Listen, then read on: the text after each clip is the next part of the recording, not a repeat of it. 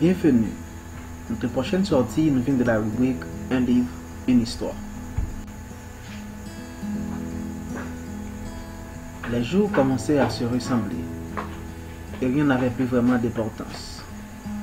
Je cherchais dans tout un moyen de m'évader de la réalité qui me dépassait un peu. Je n'étais pas encore un grand fan de lecture, mais abonné à plusieurs pages qui partageaient des livres, je les téléchargeais sans vraiment les ouvrir. Un jour que je consultais une page, je suis tombé sur le livre qui piqua enfin ma curiosité. L'homme qui voulait être heureux. Je ne tarda pas à l'ouvrir et de quelques pages. Un livre assez ordinaire au début, mais je voulais être heureux. Et je me suis dit, pourquoi pas? Et c'est à partir de là que l'aventure commença.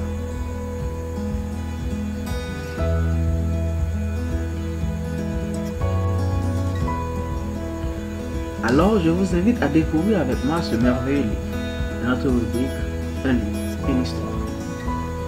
Écrit par Laurent Gounel. L'histoire. Que nous raconte ce livre? Quelle est son histoire?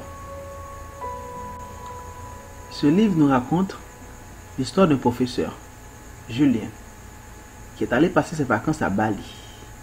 Bali qui est une île située en Asie du Sud-Est.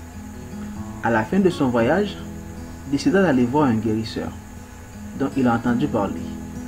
Un homme qui guérissait au prix de ce que l'on avait.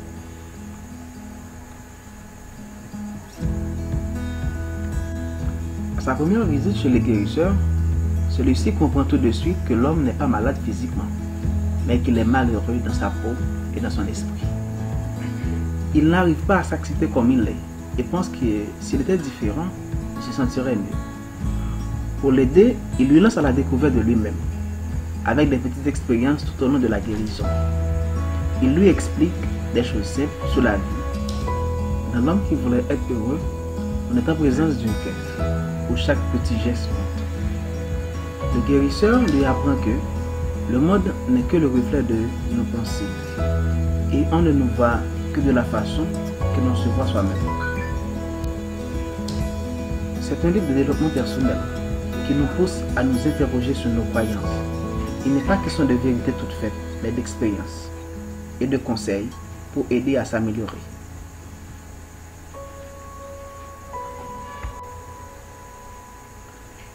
Ce livre peut être utilisé comme un guide. Alors je vous invite à le lire et à vous découvrir par vous-même. Je partage avec vous à présent des extraits tirés du livre.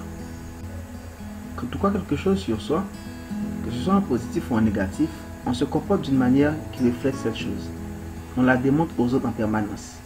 Et même si c'était à l'origine une création de l'esprit, cela devient la réalité pour les autres, puis pour soi.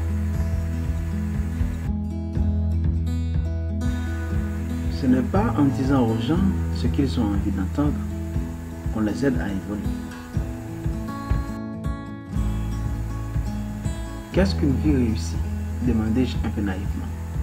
Une vie réussie est une vie que l'on a menée conformément à ses souhaits, en agissant toujours en accord avec ses valeurs, en donnant le meilleur de soi-même dans ce que l'on fait, en restant en harmonie avec qui l'on est, et si possible, une vie qui nous a donné l'occasion de nous dépasser, de nous consacrer à autre chose qu'à nous-mêmes et d'apporter quelque chose à l'humanité, même très humblement, même si c'est infime, une petite plume d'oiseau confiée au vent, un sourire pour les autres.